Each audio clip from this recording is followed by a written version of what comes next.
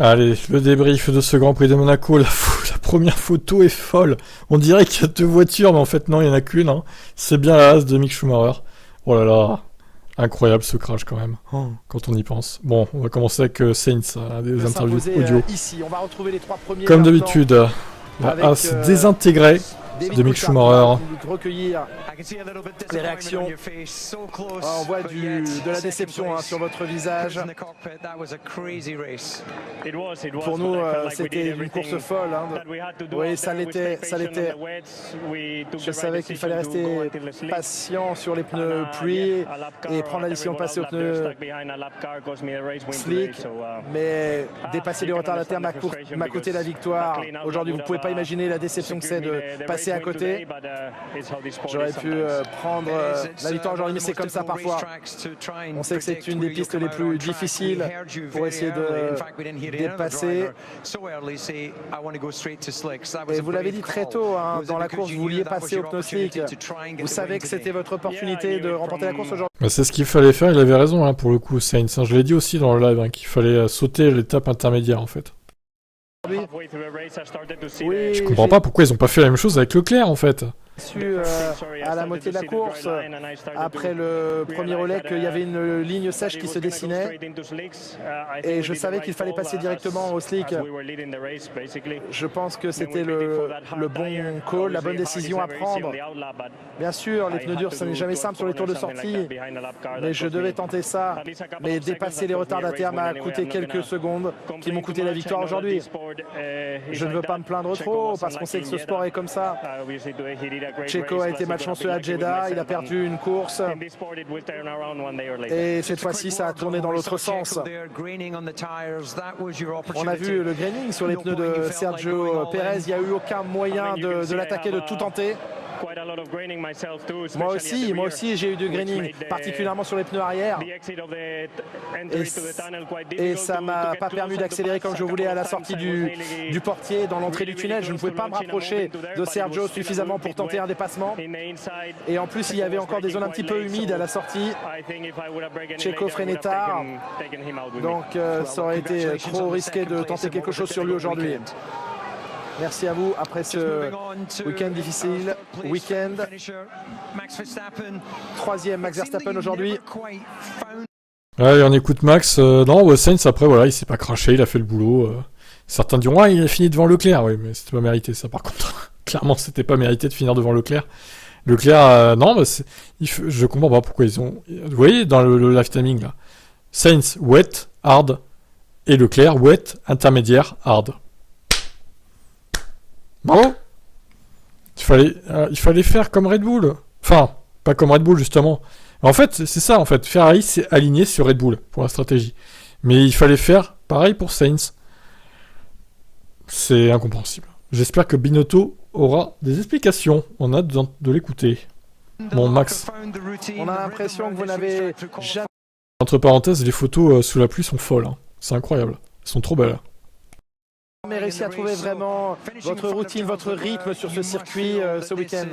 Vous devez quand même être très satisfait de terminer devant Charles Leclerc ce week-end.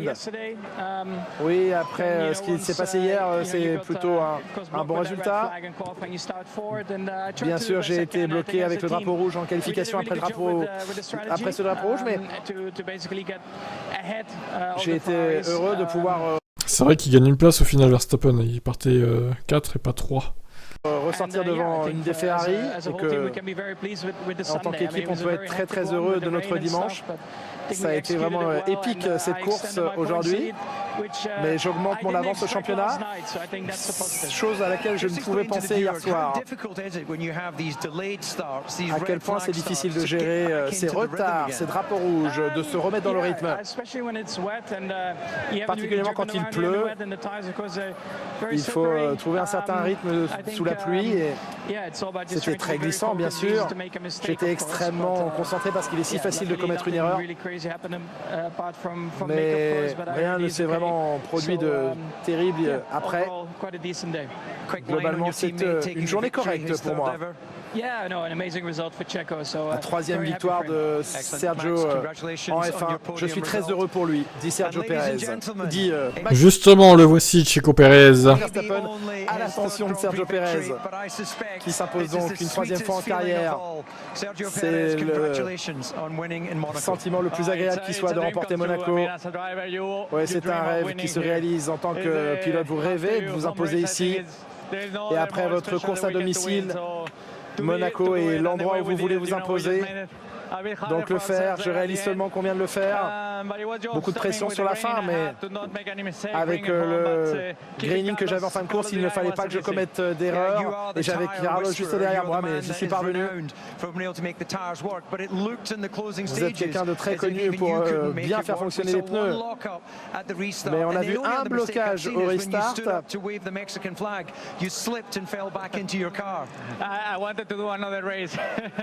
Ouais, j'étais prêt à faire une autre course. Je voulais retourner dans la voiture quand je suis descendu de la voiture, mais j'étais super excité de passer le drapeau à damier comme ça.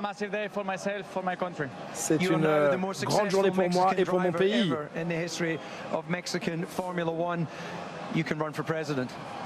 Vous pourrez vous présenter à Oh, Latifi. Il est nul. Bon, allez, on continue. L'élection présidentielle, vous êtes le premier Mexicain à vous imposer ici. J'ai voulu porter un casque hommage à Pedro Rodriguez et je suis sûr que de là-haut, il nous observe et qu'il doit être fier de ce que l'on a réalisé aujourd'hui.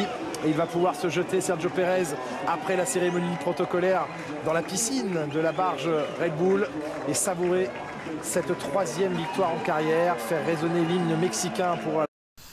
Bon, bah écoutez, voilà, on va passer aux autres. Pérez, après, voilà, il a été là toute la course. Il a fait le job, comme on dit. Bravo, rien à dire de plus. Je préfère que Pérez gagne que Verstappen. Pour le championnat, c'est mieux aussi. Parce que là, bon, il reprend des points, mais pas non plus énormément à Leclerc. J'ai hâte d'entendre Leclerc, d'ailleurs. Eh bien, mesdames et messieurs, nous allons écouter Charles Leclerc. Charles, un résultat difficile à digérer, j'imagine. Qu'est-ce qui vous passe par la tête depuis ces dernières minutes? Dégoûté. J'ai fait tout ce qu'il fallait depuis le début de la course. Ce choix-là, on me l'avait demandé 4 tours avant et j'avais dit qu'on pouvait aller directement sur les slicks, mais c'était peut-être pas le moment tout de suite et attendre un petit peu. Oui, c'est ce qu'il fallait faire, Ferrari. Pourquoi vous n'avez pas écouté? Bref, c'est comme ça. Par contre, il ne faut pas que ça arrive trop souvent dans une année parce qu'aujourd'hui, c'était, on avait tout pour gagner et on l'a foutu carrément à la poubelle, quoi. Donc ça fait mal, encore une fois, à la maison. La saison est longue, on a la performance pour récupérer, mais bon, on ne peut pas se permettre de faire des courses comme ça. J'imagine que vous allez débriefer avec l'équipe, mais comment expliquer de ne pas avoir tout de suite suivi et copié couvert Sainz ou ne pas avoir attendu comme Carlos de passer au slick directement? Écoutez, moi, dans des situations comme ça, c'est très compliqué. Moi, je disais bien sûr l'état de la piste. Après, c'est le team qui a pris la décision et je suis sûr qu'ils l'ont fait à ce moment-là, en pensant que c'était la meilleure chose pour moi. Mais ça l'était clairement pas. Donc, Mais comment ils peuvent penser que c'était la meilleure chose pour lui, sachant qu'ils ont fait l'inverse pour Sainz, en fait? Donc, c'est-à-dire qu'en gros, pour Sainz, ils se sont dit, on va tenter un pari avec Sainz, c'est pas grave. S'il est deuxième, de toute façon. En fait, Ferrari, ils pensaient que la meilleure stratégie, c'est celle de Leclerc, en fait. Puisqu'ils ont copié Red Bull. Mais sauf que Leclerc, ils l'ont arrêté trop tard par rapport à Red Bull. C'est pour ça que Red Bull leur est passé devant. Pas mal cette photo avec la pluie, là. Incroyable. Dommage que ce soit une Williams. Donc, voilà. Je sais pas trop quoi dire, là, totalement. C'est difficile à accepter, mais c'est comme ça. Et aujourd'hui, je ne pourrais rien faire de plus. Donc, j'espère qu'on apprendra de cette erreur et que la prochaine fois... on prendra la bonne décision. Permettez-moi une dernière question. Vous entendiez aussi vous énerver dans la radio au moment du deuxième arrêt. C'est parce que Sainz était devant vous, vous perdez du temps et après vous avez compris que vous pourriez doubler personne. Ouais, je me suis énervé surtout parce que on m'a dit d'abord de m'arrêter. Ensuite, j'étais dans les stands et on me dit de rester dehors. Donc, c'était quand même tout était super brouillon aujourd'hui. Donc, il faut qu'on soit aussi bon ici qu'ailleurs. Et aujourd'hui, on l'était clairement pas. Donc, ça va pas. Rien à vous reprocher, au moins vous avez fini le Grand Prix cette année, Charles. Ouais. Super, merci.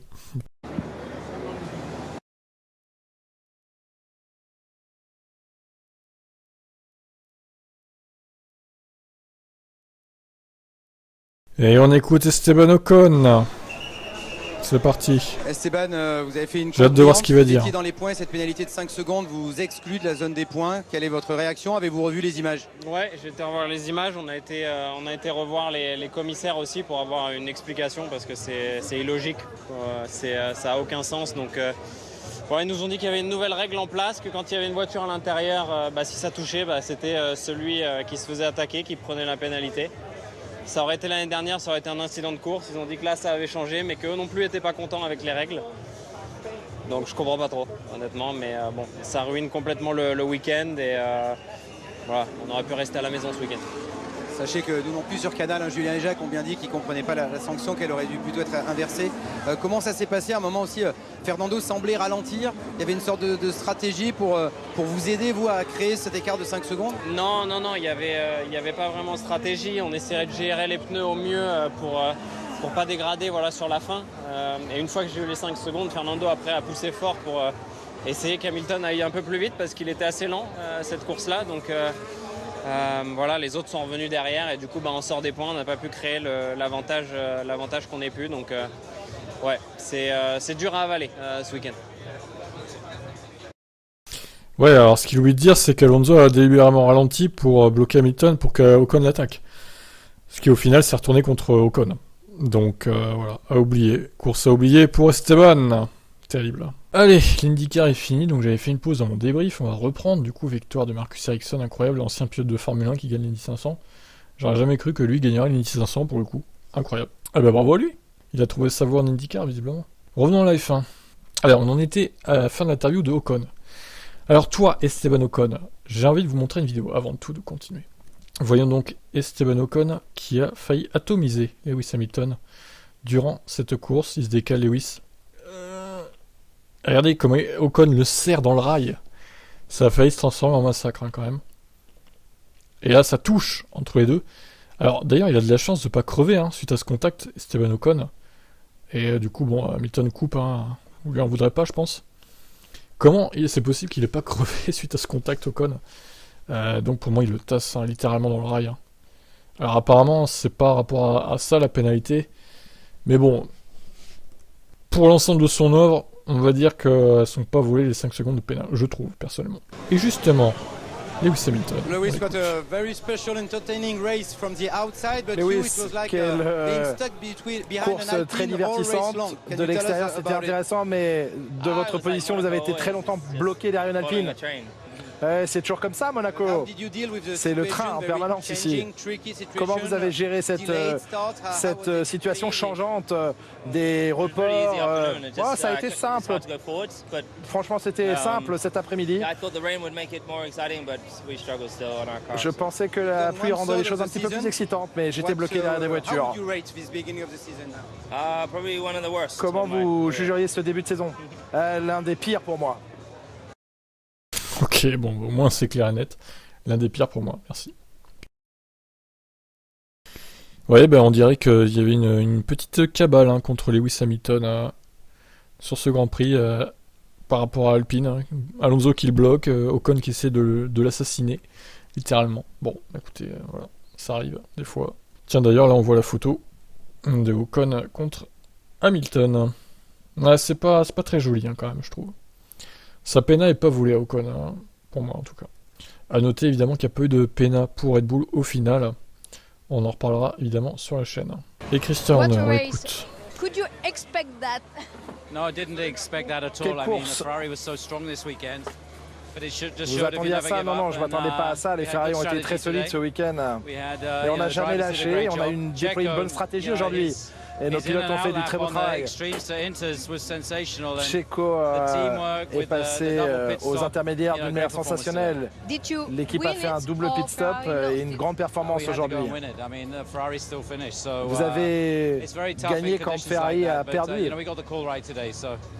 Oui, c'est toujours très compliqué dans ces conditions, mais on a fait de bons appels stratégiques aujourd'hui.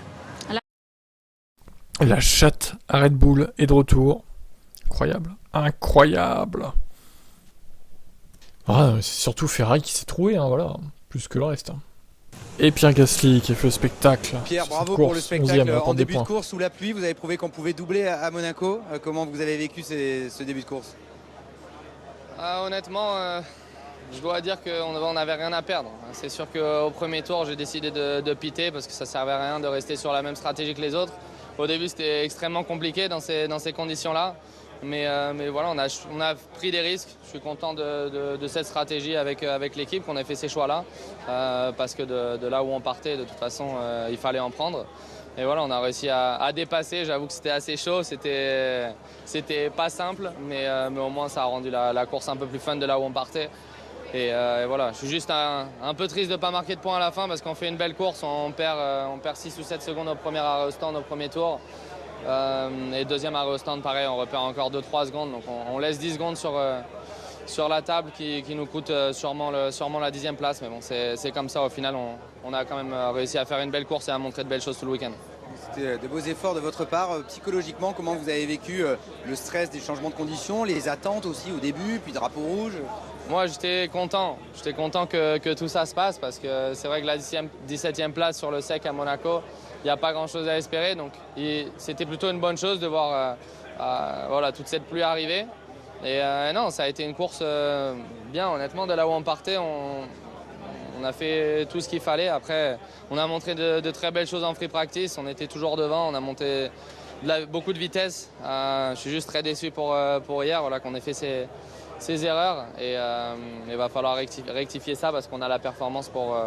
clairement, ce week-end, on avait la performance pour faire de plus belles choses. Et oui, il a terminé devant Tsunoda largement. Tsunoda, je sais pas ce qu'il a foutu sur ce Grand Prix, mais on l'a pas vu. Et 17ème au final, bon, étonnant. En tout cas, joli. Gasly, dommage, il n'y a pas de point à la clé. Ah, Binotto. Alors toi, Mathia, attention à ce je que ne tu sais vas pas dire. si vous avez eu l'occasion de parler à Charles, mais peut-être qu'est-ce que vous auriez envie de lui dire ou qu'est-ce que vous lui avez dit? Et en fait, non, pas encore, si ce n'est pas sur la radio, dans le tour de rentrée après la course. Ben, tout d'abord, oui, je sais qu'il n'est pas content. C'est normal qu'il ne soit pas content. Personne chez Ferrari aujourd'hui est content. On a fait des erreurs. On a fait des erreurs de choix de stratégie qui nous a compté une victoire. Et pour lui, enfin, quand tu es premier et tu te retrouves 4e, c'est évident qu'il y a quelque chose qui n'a pas bien marché. Ceci dit, je pense que ce n'était pas facile de juger. Je crois que la vitesse des intermediates nous ont surpris. Donc peut-être qu'on on aurait dû rentrer un tour avant avec Charles ou carrément rester dehors, protéger la position sur Max. Bah oui, faire comme Sainz, c'était la bonne strat avec Sainz. Et pourquoi vous n'avez pas fait la même avec Leclerc, je sais pas. Et à la limite, aller directement sur les pneus pour conditions sèches. Donc on va revoir pourquoi on a mal jugé à ce moment-là, qu'est-ce qui s'est passé. On a eu un peu de malchance également avec le trafic. Je crois que Charles a trouvé beaucoup de trafic avec Albon, presque un tour entier derrière, qui lui a fait perdre du temps sur Max. Même Carlos a trouvé du trafic avec Latifi. Je crois que ça lui a fait perdre la victoire au fait aujourd'hui. Enfin, plein de petits événements qui ne nous ont pas facilité. Je crois qu'en plus, il y a la ligne jaune à la sortie de la pit lane. Pour nous, c'est pas clair ce qui s'est passé. Pourquoi les deux Red Bull ont été sur la ligne jaune, alors que le race director notes disent clairement qu'il faut rester à droite. Donc, ce genre d'explication, quand on s'attend de FIA, parce que pour nous, c'est pas clair.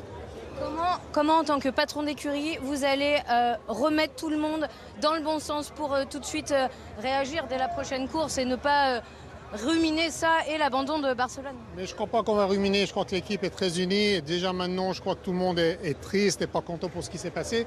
Mais on a tous envie de se refaire au plus vite. Donc je crois qu'on veut leur démontrer à tout le monde qu'on est quand même capable de faire mieux de ce qu'on a fait aujourd'hui. Ce qui s'est passé va nous servir pour apprendre, pour progresser et s'améliorer. Donc l'esprit est correct. Je ne crois pas que les personnes vont commencer à ruminer. Au contraire, ils vont s'appliquer pour faire mieux. Merci beaucoup. Ouais, bah dis donc. Au final, oui, il a porté réclamation. Et ça n'a rien donné. Donc, ça commence, hein, les petits jeux de réclamation entre Ferrari et Red Bull. C'était prévisible de toute façon. Et on écoute Alonso. Fernando, 7ème et une course bizarre pendant longtemps. Vous avez ralenti Hamilton. Enfin, qu'est-ce que vous étiez en train de faire? Il y avait un problème?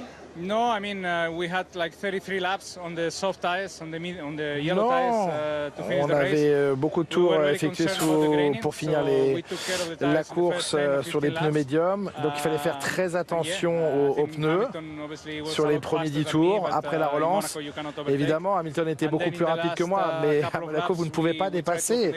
Et dans les derniers tours, on a juste essayé de créer l'écart parce que Esteban avait une pénalité. Mais ça n'était plus le moment d'attaquer. C'est un des grands prix les plus compliqués que vous avez vécu à Monaco. Oui, je le pense, parce qu'on est passé par tous les types de conditions. Des conditions absolument impossibles pour une course au début. Et puis on est passé des extrêmes aux intermédiaires, aux slicks. Donc il était très simple de commettre une erreur vraiment difficile aujourd'hui cette course. 340. Et oui, Fernando. Bah en fait, le truc c'est que à force de ralentir, il a un peu sacrifié la course d'Ocon, hein, qui lui s'est pris une pénalité. S'il n'avait pas ralenti autant, peut-être qu'au final, Ocon aurait marqué des points parce qu'il aurait eu plus d'avance sur ceux derrière. Mais bon, après avec des si, hein, on refait toutes les courses du coup. Allez, les écrits Norris 6ème à Monaco, de la peur au plaisir sur un tour. Et un meilleur tour, pardon. Incroyable, Norris. Très belle course encore. Hein. Je peux pas décrire à quel point il est difficile de conduire une Formule 1 dans ces conditions humides et sur ce circuit. C'est une des choses les plus angoissantes et les plus effrayantes que j'ai jamais fait de ma vie. C'est tellement dur, vous savez, que vous voulez pousser. C'est parce que vous savez que les autres peuvent faire des erreurs. Mais quand vous pensez comme ça, c'est aussi quand vous commencez à faire une erreur. C'était difficile, mais c'était quand même une bonne course au début. À la fin, avec une bonne gestion des pneus, il y a des choses que nous pouvons peut-être améliorer pour la prochaine fois, parce que j'ai pas l'impression que c'était une course parfaite de notre côté, au niveau de la stratégie et des choses comme ça. Ricciardo, je vais continuer à essayer de sourire. Super. C'était clairement difficile, c'est toujours dur de piloter à Monaco sous la pluie. Nous sommes arrivés à un point où on a été trop lent en pneus de pluie, mais j'ai pensé que ce serait une perte de temps de passer les intermédiaires et qu'on devait passer les slicks. Ricciardo ne voit pas le bout du tunnel. Ce n'était pas un bon week-end. Je n'ai pas été rapide. Monaco dépend beaucoup de la position en piste. C'était très compliqué. Malheureusement, les expériences comme celle-ci se répètent depuis 12 mois. J'ai l'impression de pouvoir mieux les gérer, mais je vais continuer à sourire. Ou essayer de sourire. Mais je suis déçu au fond de moi. Je vais débriefer cela, je vais prendre quelques jours et prendre des moments loin du circuit pour me remettre en forme pour Bakou. C'est difficile à Monaco. Il faut de la confiance avec la voiture. J'aime ce circuit, mais ce dont il a besoin, et je dirais qu'il reste des choses à régler. Mais c'est ce dont j'ai besoin. Ouais, ok, bon, je suis fatigué, les gars. Hein. 6 heures de live, plus des vidéos partout. Oh là là, j'en peux plus moins. Ça fait un moment, donc j'aimerais que ça ne soit plus le cas. Mais c'est la réalité. Il y aura des circuits où ça ira bien dès le début. Mais j'aurai aussi du travail sur d'autres. Je continuerai à essayer. Je ne me laisserai pas abattre. Mais j'aimerais ne pas avoir à me battre pour la 13e place. Ouais, il est défaitiste, voilà. Plus rien ne va pour Ricciardo, vous l'aurez compris. Alors, Aston Martin, joli top 10 pour Vettel. Stroll inexistant. Aujourd'hui, c'était une course dans laquelle tout pouvait arriver, mais en fait, c'était une course assez propre et simple pour moi. Nous avons réussi à prendre un point, ce qui est un bon effort, car il est toujours difficile de progresser à Monaco. Surtout avec une seule ligne blanche, une seule ligne sèche en course. Pourquoi les photos bug là? C'est quoi ce bug là? C'est trop long. Vu la façon dont la course s'est déroulée, je ne pense pas que nous aurions pu terminer plus haut. C'était vraiment difficile sur les pneus pluie dans les premiers tours. C'est pourquoi nous sommes passés à l'intermédiaire dès que nous avons pu. Nous avons aussi appris plus sur la voiture en optimisant les réglages avec les nouvelles pièces que nous avons introduites récemment. Toutes ces étapes nous mènent dans la bonne direction. Stroll. Je savais qu'il serait difficile de marquer des points en partant si loin derrière, et la course s'annonçait délicate sous la pluie. Mais il y a des points positifs à prendre, nous avons fait le bon choix en passant avec des pneus intermédiaires très tôt. C'était clairement le meilleur composé, les dépassements étaient difficiles. Donc dépasser Tsunoda à la Rasca c'était bien, ça a montré que la voiture devient plus compétitive, surtout si on considère les virages plus longs ici. Dans l'ensemble, la course nous a donné de nombreuses occasions de continuer à apprendre sur la descente et le développement de la voiture. Je suis convaincu que nous serons en mesure de développer la voiture pour les circuits ici, les circuits plus lents et plus rapides dans un avenir proche. Très bien. Allez, on enchaîne avec Bottas. Bah Bottas, il a passé une bonne journée, il dit. Ok. Ah là là. Zhou n'avait pas grand chose à espérer en partant dernier. Ouais, effectivement. Le Finlandais s'est en tout cas déclaré satisfait du résultat du jour, qu'il en espérait pas de temps avant le départ. Absolument, surtout après le résultat des qualifs hier. Vous vous attendiez forcément à ce que ça soit compliqué en partant hors du top 10. Mais nous sommes arrivés finalement 9ème. C'est une bonne journée. lorsque vous parvenez à gagner des positions à Monaco. Nous prenons donc ces points. Notre rythme était meilleur en course qu'en qualif. Les conditions météo n'étaient pas simples, je suis satisfait que nous ayons pris toutes les bonnes décisions. La course était plus compliquée pour Zhou. C'est finalement classé 16e de son premier Grand Prix de Monaco. C'était extrêmement difficile, c'était très intense à l'intérieur du cockpit en raison des conditions changeantes. J'ai essayé de faire tenir mes pneus pluie, puis intermédiaire le plus longtemps possible, mais j'ai failli perdre la voiture à de nombreuses reprises au freinage. Je suis donc heureux d'avoir gardé la voiture en piste et de notre rythme de course qui n'était pas trop mal. Nous étions aussi rapides que ceux qui étaient devant nous. Ouais. Alors Latifi, il a failli se planter dans le tour de chauffe derrière la safety car. Mon Dieu. Les conditions humides sont toujours délicates, et encore plus à Monaco. C'était une course difficile après avoir chaussé tôt au deuxième tour les intermédiaires. Nous étions détachés du peloton, mais nous avions un bon rythme sur le pneu intermédiaire pour rattraper notre retard. Le dernier relais en médium s'est avéré assez délicat car je ne me sentais pas complètement à l'aise avec l'équilibre. Cependant, nous avons réussi à ramener la voiture à la maison. C'était pas facile dans ces conditions, nous avons aussi gagné 2 places, ce qui est positif. Super. Albon, une journée délicate, une performance un peu brouillonne de mon côté. Les conditions ont fait que mettre les freins dans la bonne fenêtre était vraiment un défi, surtout avec toutes les variations qu'une piste qui sèche apporte et les drapeaux rouges. La voiture était bien, dès que nous avions de l'air propre, et je me sentais compétitif à certains moments. Il y a donc des points positifs à retenir de cette journée. Malheureusement, vers la fin de la course, j'ai eu un problème avec la voiture qui m'obligeait à abandonner. Je pense que c'est probablement un week-end oublié pour nous, mais c'est comme ça que ça se passe parfois. Et oui, les miracles, on peut pas les faire chaque semaine, Alexander, avec une telle voiture. Alors Mercedes, Russell encore dans le top 5, Hamilton a passé le Grand Prix à klaxonner. C'était frustrant de l'intérieur de la voiture, mais quand vous voyez cette météo, c'était la bonne décision. Par rapport au safety car du coup. C'est Russell qui dit ça. Cette première tentative de démarrer a été trop dangereuse et ça aurait été chaotique. Nous aurions pu y aller directement et faire 20 tours et peut-être avoir un drapeau rouge quand la pluie est arrivée, plutôt que retarder et retarder. Mais c'est facile à dire avec le recul. Ce serait bien de comprendre le point de vue de chacun. Tout le monde était prêt à partir lors du départ. Je pense vraiment que la deuxième fois c'était la bonne décision de retarder le Grand Prix. Mais nous aurions... Oula, il y a un problème dans la phrase là. Mais nous aurions peut-être pu partir à l'heure. Voilà. Sur le plan personnel, George Russell a réussi à faire sauter le verrou Lando Norris au jeu des arrows stands. Le voilà 34 points devant son équipier. Et oui, Lewis Hamilton dominé par George Russell. Nul Lewis, nul. C'était une course positive avec le pneu dur. Nous étions la voiture la plus rapide sur la piste à certains moments. Ouais. Je pense que nous devons trouver plus d'appui et nous devons trouver plus de rythme en qualif. Nous ne pouvons pas nous permettre d'avoir une Alpine ou une McLaren qui nous pose devant. Nous avons assez de rythme pour revenir, mais pas encore assez pour rivaliser avec Ferrari ou Red Bull. Nous avons rencontré certaines des limites de notre voiture sur ce circuit, mais nous avons beaucoup appris et nous pouvons mettre ça à profit dans les semaines à venir pour faire un nouveau pas en avant. Dans l'ensemble, c'est un bon résultat, je suis sûr que nous avons des jours plus forts devant nous. Bon, et Hamilton, du coup, il n'a rien dit de spécial de ce qu'on a entendu tout à l'heure, donc je vais passer Lewis.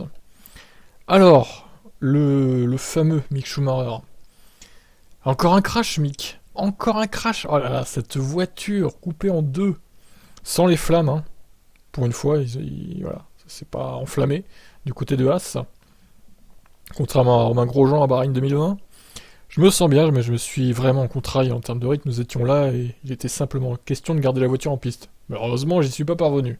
Le rythme était bon. J'avais la sensation de pouvoir attaquer davantage. Mais je suis allé au large, probablement 10 cm hors trajectoire, c'est suffisant pour perdre toute l'adhérence, et le résultat en est la preuve. Steiner. Ce fut une journée décevante. Kevin était très rapide, nous attendions une opportunité de dépasser Bottas au stand, avec un undercut ou un overcut pour passer devant et chasser le reste. Il pouvait le suivre facilement. Ensuite, il y a eu une fuite sur son système de récupération d'énergie. C'est pas de bol pour Magnussen. Hein. Quant à Mick, nous avons vu ce qui s'est passé, c'est pas satisfaisant d'avoir un nouveau crash.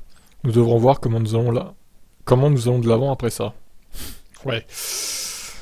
Je vous dis que ça sent un peu le sapin pour Mick Schumacher. Moi, je suis pas très confiant. Je crois que ça va dégager Mick Schumacher à la fin de la saison. De la F1. Bon, bref. Le reste, c'est vu. Ricciardo, je l'ai pas... Ah si, je l'ai vu, je crois, Ricciardo. Mais de toute façon, il est nul. Il est nul, Daniel. Pourquoi t'es nul? Je sais pas, demandez-lui, hein. Pourquoi il est nul? C'est incroyable, ça. Répondez-moi en commentaire. Pourquoi il est nul, Daniel? Classement. Les classements. Max Verstappen, 125 points. Il reprend 3 points, Charles Leclerc. C'était tellement inespéré. Vu les qualifs, putain, franchement, il s'en sort bien. Il s'en sort très très bien, Max. Incroyable. Donc Leclerc, il a 9 points maintenant de Max. Bon, la saison est encore longue, hein, évidemment, mais bon. Encore une fois, une occasion de gâcher pour Ferrari. Et Pérez, il reprend 10 points à Max et 13 points à Leclerc. Attention, Pérez, attention, ne pas l'enterrer trop vite. D'ailleurs, hein, Horner a dit, il n'y aura plus de consigne d'équipe, Pérez joue le titre aussi. Alors, honnêtement, j'y crois pas trop, mais bon, on verra. Peut-être qu'il dit vrai. Russell, toujours bien solide à la 4ème place, il a dépassé... Alors, Sainz va bientôt le repasser, du coup. Il n'est plus qu'à 1 point d'écart. Hamilton, bon, toujours en 6ème. Malheureusement, Norris lui a repris des points, là. Plus qu'à 2 points. Bottas, 8ème. Ocon, Kevin Magnussen n'ont pas marqué de points. Ricciardo et Tsunoda non plus. Alonso a repris 6 points, donc maintenant il est à 10. Toujours 20 points de retard sur Ocon, hein, ça fait beaucoup. Mais bon, peut-être que sa poisse va enfin finir, Alonso aussi. Gasly, donc 14ème. Vettel, 1 point marqué. Ça fait... D'ailleurs, ça fait 5. Ça fait pas 4, les gars. Du coup, il a 5 points, Vettel. Petite erreur dans le classement, là, les gars. Hein. Albon, 3 points marqués. Stroll, 2, toujours. Et Zhou, 1 seul. En ce qui concerne les constructeurs, nous avons Red Bull avec 235 points. Qui a repris encore 10 points d'avance sur Ferrari. Mercedes, 3ème avec 134 points. Un peu esselé, hein, Mercedes, bon, ils finiront 3ème, c'est sûr. McLaren, 4 points, 4ème, pardon, pas 4 points, 59 points. Alfa Romeo, 41 points marqués. Au coude à coude avec Alpine. Alpine qui revient fort, hein, sur Alfa Romeo, plus qu'un point d'écart. AlphaTauri et As, c'est toujours très serré les deux. Aston Martin qui marque 1 point supplémentaire, avec 7 points au compteur maintenant, et Williams, toujours 3 points. Toutes les écuries ont marqué des points cette saison. Incroyable. Bon, ben voilà. Écoutez, week-end chargé, hein, du coup, Grand Prix de Monaco. Enfin, franchement, on se serait bien passé de cette heure de trop, là. Honnêtement, comme dit Russell, ils auraient pu partir plus tôt, quoi. Franchement, la pluie, elle était forte. Ouais, bon, ok, le drapeau rouge, il était peut-être justifié. Cependant, ils auraient pu partir avant 16h05, quand même. C'est mon point de vue. Pour moi, ils auraient pu partir à 15h40, à la limite, allez. Ça aurait fait gagner presque une demi-heure déjà, ça aurait été mieux. Plus les IndyCar derrière, j'ai fait 3 heures, 3 x 2 quoi, en gros, 6 heures de live. Plus les débriefs et tout. Donc pas simple cette journée de... Je m'en souviendrai du 29 mai 2022 du coup. Donc voilà, en ce qui concerne le Grand Prix en lui-même, c'était pas trop mal, hein. C'était pas dégueu. Pour un Grand Prix de Monaco, bon, même si la fin était un peu chiante, du coup, on sentait bien que Pérez allait gagner quoi qu'il arrive et que Sainz pouvait rien faire et que Verstappen n'avait pas tenté et que Leclerc non plus, donc voilà, ils se suivaient les 4. Et puis voilà, donc le crash de Mick Schumacher impressionnant aussi. Mick Schumacher, on a eu peur pour lui, mais bon, au final tout va bien. Bon, bah écoutez, voilà, j'arrête là et je vais vous dire à demain pour d'autres actus de la F1. Pensez à vous abonner à mes différentes chaînes si c'est pas fait. Et belle fin de soirée à vous et bonne nuit, ciao ciao.